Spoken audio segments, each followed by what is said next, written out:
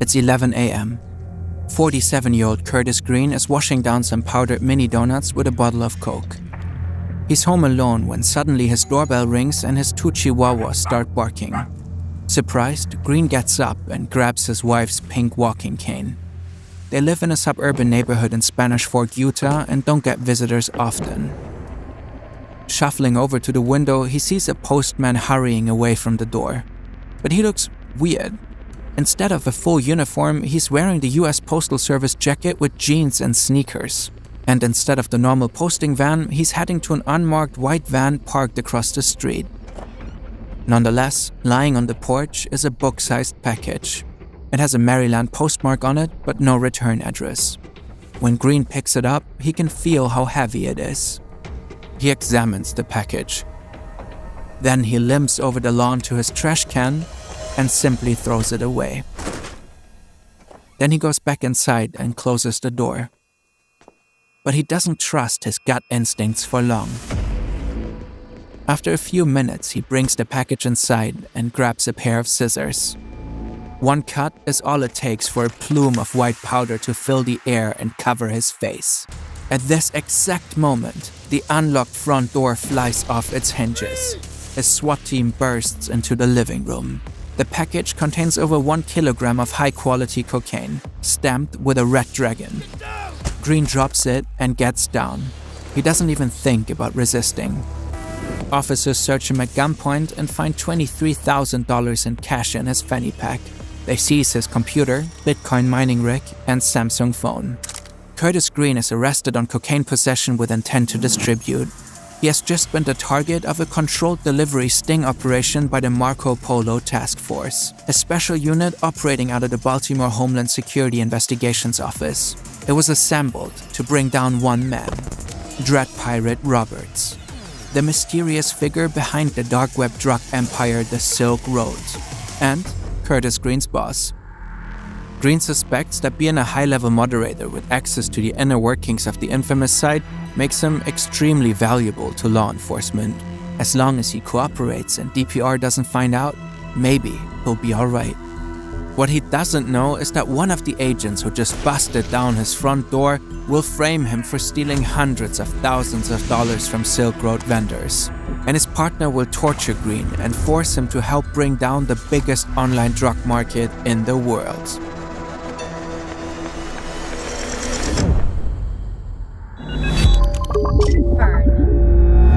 Hey, do you enjoy our videos and work in journalism, or even better, video journalism? We're looking for an experienced writer to join Fern as editor-in-chief. You can find all the details on our new website, link is in the description. Parts of this video are based on the phenomenal book American Kingpin by Nick Bilton. You'll find a link in the description. These are Special Agent Carl Force and Special Agent Sean Bridges. Force is DEA, in charge of the unit's undercover operations and drug-related crimes. He's a veteran with over 15 years of experience under his belt, some of which he worked as an undercover agent. He's no stranger to crafting elaborate personas to avoid detection, infiltrating criminal groups, and dismantling them from the inside out. Bridges is Secret Service, specializing in computer forensics and Bitcoin. For the past 6 years, he was part of the Secret Service's Electronic Crimes Task Force. He has plenty of experience conducting forensic computer investigations to locate and identify targets. He's also well-versed in the anonymity software Tor. Tor, or the Onion Router, was developed by the US Navy. It's a specialized software that makes it practically impossible to locate the computer's hosting or accessing websites on the network. It's the backbone of the dark web and used to access sites not found on the public internet. Sites like the Silk Road, the largest online black market in the world. Here, vendors sell illicit goods like drugs for Bitcoin. And the two agents just got one step closer to bringing it down. Together, they're sitting behind the computer of Silk Road moderator Flush, otherwise known as the scared old man still being interrogated in the other room. He is one of their first major arrests in this case. A breakthrough. Terrified, Green gives the officers direct access to one of his accounts. They immediately change the password and secure it. Green is a bigger fish than they originally thought. Special moderator privileges given by DPR allow him to change people's passcodes and lock them out of their accounts. But that's not all. Digging a little deeper, they discover that he has access to the Bitcoin of all users. Hundreds of thousands of Bitcoin. With a digital currency that was considered pretty much untraceable at the time, it's surprising that Green has this much trust. He could easily steal the money and run. But it's clear that, for some reason, Green is deathly afraid of his boss. As he's being taken to the squad car, he begs the agents not to take him to jail. Agent Force just finds his begging pathetic. He puts his number into Green's phone, tells him to call when he gets out, and sends him on his way. Hey, as you hopefully know, our videos are animated by humans, and I'm one of those. My name's Thomas, I art directed this video, and I made all the 3D scenes. Now, my job actually requires a surprising amount of math, and if you're a regular viewer of Fern, you already know about Brilliant. It's a learning platform for students who are serious about math and coding. Every lesson is interactive, and they break down concepts step by step, like your own personal tutor. So, see all these purple nodes right here? They're all vector math, and Brilliant has really helped me here with their course on vectors. And trust me, it gets way easier when you actually understand what a dot product really does. This is what I really appreciate about Brilliant. They make these concepts actually click when I'm building scenes like this. Same goes for how they teach coding. I mean, Blender even runs on Python. And through Brilliant's courses, you truly learn how to think like a programmer. Whether you're learning by yourself or you're getting into the basics of math and coding with your kids, Brilliant's comprehensive curriculum will get you as far and as fast as you want. Go learn for free on Brilliant for a full 30 days at brilliant.org/fern, or just scan this QR code. Our viewers get 20% off a premium annual subscription. Curtis Green is sitting on his bed, looking down the barrel of his dad's .32. He was just released on bail. It's only a matter of time before his mugshot is made public. It's either this or being hunted down by one of DPR's goons. But maybe there's a third option. He throws the gun across the room, picks up his phone, and dials the number of Special Agent Force. The agents continue to poke around Green's moderator account, and one thing becomes abundantly clear. On the Silk Road, he's a top lieutenant, exactly the type of informant they hoped to flip with their sting operation. They meet with Green at the Marriott Hotel in Salt Lake City. There, the agents give him the new password for his account. As long as their mole acts like nothing happened, everything should be fine.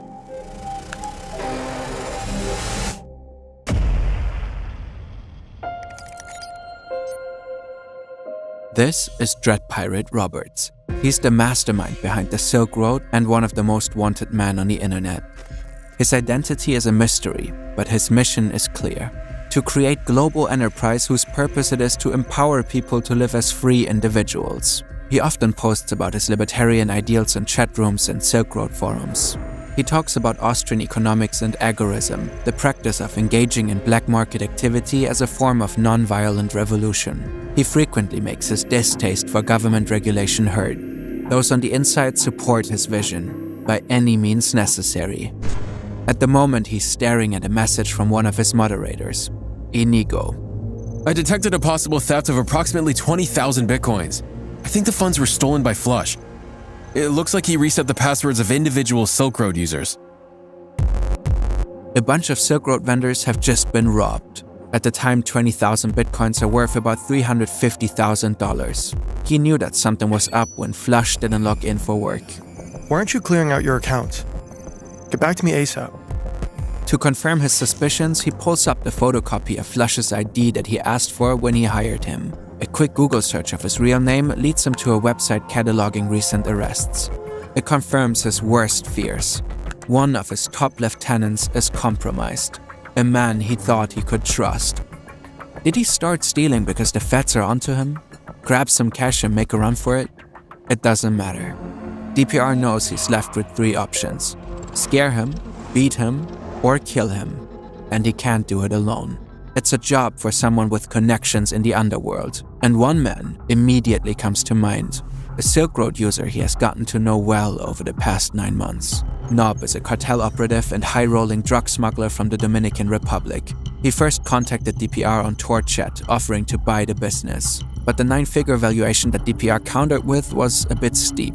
The deal didn't go through, but the two men never stopped chatting. Nob is clearly an admirer of what DPR has built and was quick to give advice. With over 20 years' experience in the drug business, he's a wealth of information and a man with connections.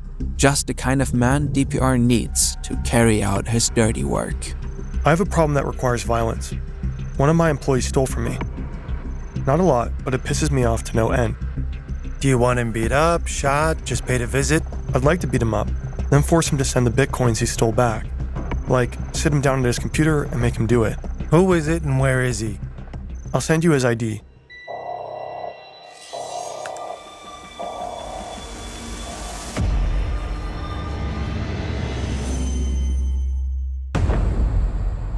Carl Force is sitting in the Marriott Hotel, staring at the ID of the man sitting across the table from him eating French fries.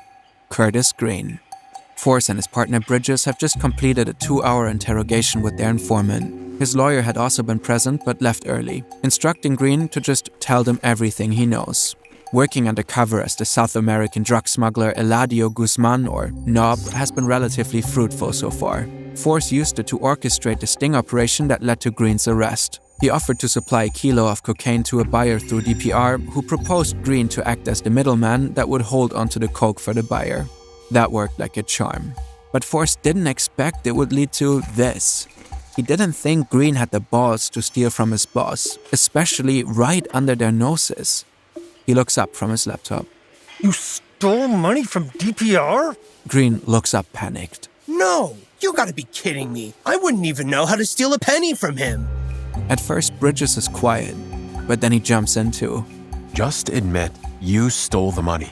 The men know that with just a little bit of pressure, they can get their new informant to agree to anything. And Force has a plan. They just need one little signature to put it into action.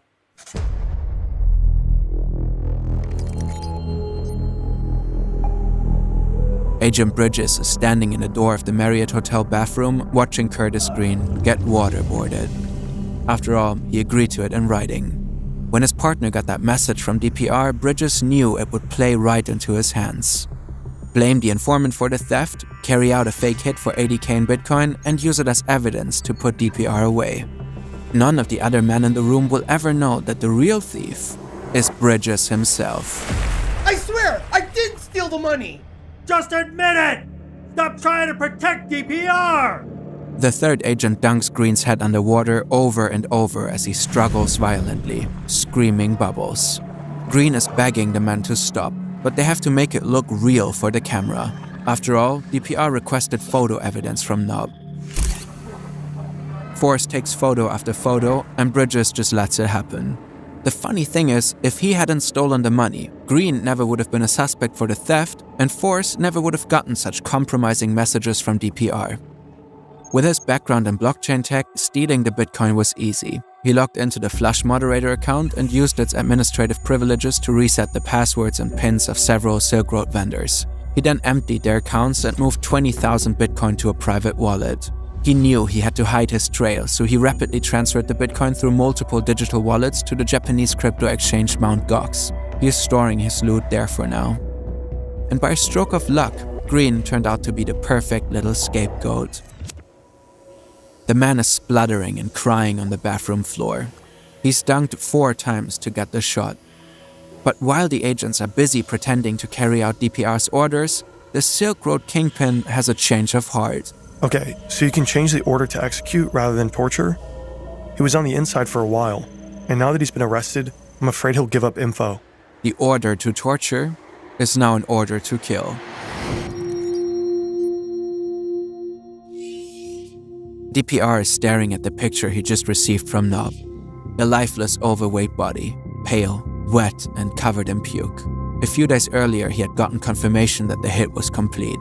Green was waterboarded, almost drowning once, but kept alive with CPR, just to be tortured more. But before Nob could get the money back, Green died of asphyxiation and heart failure. The description was disturbing, but the picture confirms the story. DPR saves it to an encrypted folder and transfers the second half of the $80K in Bitcoin to Nob. The job is done. He knows it was necessary to protect his business. What he doesn't know is that it will also be his downfall. Because Green didn't die in a pool of his own vomit. He played dead in a pool of Campbell's soup. Now that Green is dead, or rather laying low at his home in Utah, Agent Force is back in Baltimore. He's sitting behind his DEA-issued laptop, continuing his undercover work as Knob. After 15 years of working on the front lines of the drug war, he's gotten pretty good at creating alternate personas. Compared to his old undercover roles, pretending you're someone else online is easy. He just threw on a dark hoodie, put on an eye patch, and held a sign reading "All Hail Knob," asked his daughter to take a grainy profile picture, and voila, he's a South American drug smuggler. He spent a lot of late nights sitting in his lounge chair, cultivating a friendship with DPR. They talk about everything: diet, music, family, personal issues, the drug trade. Force even gives advice on 30-second escape plans, legal counsel, and moving to another country. It takes months for DPR to trust him, but once he does, his efforts pay off. Now they have damning evidence that DPR paid someone to murder for him. Still, it's not worth much if they don't know who the man behind the mask really is. But Knob sees firsthand that DPR is beginning to show cracks. With his first murder out of the way, he becomes more fanatical and eager to hand out punishments. Force knows it's only a matter of time before he slips up and gets caught. Homeland Security, the DEA, IRS, and the FBI are all claiming jurisdiction over the case. Illegal narcotics being sold, packages crossing borders through the mail, transactions hosted on servers, Bitcoin being laundered. The Silk Road represents a new wave of crime that somehow touches on the purview of each agency. And they all want the glory of bringing the site and its mastermind down. So Force has to capitalize before the inevitable arrest. He saw how easily DPR would transfer $80K to a sanctioned government wallet for the supposed hit on Green. But why not get more without them knowing? Just like Bridges, he assumes the nature of crypto will allow him to steal without getting caught. So he moves his conversations with DPR to an encrypted chat his colleagues don't have access to. In June, Knob sells DPR some fake IDs for 400 Bitcoin, which he likely needs to evade police and to rent more servers to handle the rapid expansion of his empire. In August, Knob introduces him to Kevin, another persona he created, a corrupt law enforcement official who could sell DPR insider information on the ongoing Silk Road investigation. For 525 Bitcoin, he does just that. Then Force creates even more fake personas. Frenchmade. For 100K in Bitcoin, he provides insider information to DPR, claiming that the former CEO of Mt. Gox has allegedly leaked his real name to the Department of Homeland Security. Albert Pacino. For $500 a week, he positions himself as a DEA spy, providing insider scoops on the ongoing Silk Road investigation. Death from above. He threatens to expose DPR's real identity unless he's paid $250,000 in Bitcoin. But DPR doesn't seem to take too kindly to blackmail and calls his bluff. Either way, Force manages to steal hundreds of thousands of dollars from the Silk Road kingpin. And like Bridges, he tries to hide the money trail and bounces the Bitcoin around a variety of wallets and exchanges. But the amount of money he's moving is suspicious. Then one day, Force hears a rumor. Dread Pirate Roberts might have been found. The Baltimore Task Force receives an official stand-down order. The FBI team in New York has beaten them to it. For Force, it's bad news. Really bad. If the agents manage to arrest DPR on his laptop, they will definitely find his chats with him. In a panic, he messages DPR. My informant, Kevin, is certain that you are going to be identified and caught. You are like one of my family, but I have to tell you that I have had several people killed who were sent to jail. It is very easy and cheap. I trust that you have destroyed all messages, chats, etc. between us. Force never finds out if DPR did. On October 1st, 2013, Ross Ulbricht is arrested in a public library in San Francisco. While he's distracted by two agents, another manages to snatch his laptop from him. He's still logged into the Silk Road as Dread Pirate Roberts. The site is shut down almost immediately. The FBI sees all data from its servers and confiscate the 144,000 bitcoins found in Ulbricht's cold wallet. At the time, they're worth between $16 to $18 million. Just under 1 million users are locked up forever. 1 month and 3 days later, Silk Road 2.0 goes live on the dark web. It was launched by admins of the original site who were still at large. Carl Force is hailed as one of the heroes who brought down Dread Pirate Roberts. His sting operation and the resulting fake assassination helped build a strong case against Ulbricht, painting him as a bloodthirsty kingpin. For a while, Force thinks he's gotten away with it. With his newfound fame at the DEA and hundreds of thousands of dollars of crypto sitting in several wallets and exchanges, he starts to get cocky. He keeps triggering anti-money laundering checks on services like Venmo and exchanges like Bitstamp when he moves or liquidates his Bitcoin. When his accounts get flagged, he tries to bypass the blocks by throwing his DEA agent status around. Eventually, Bitstamp support asks him why he's logging into the service through Tor.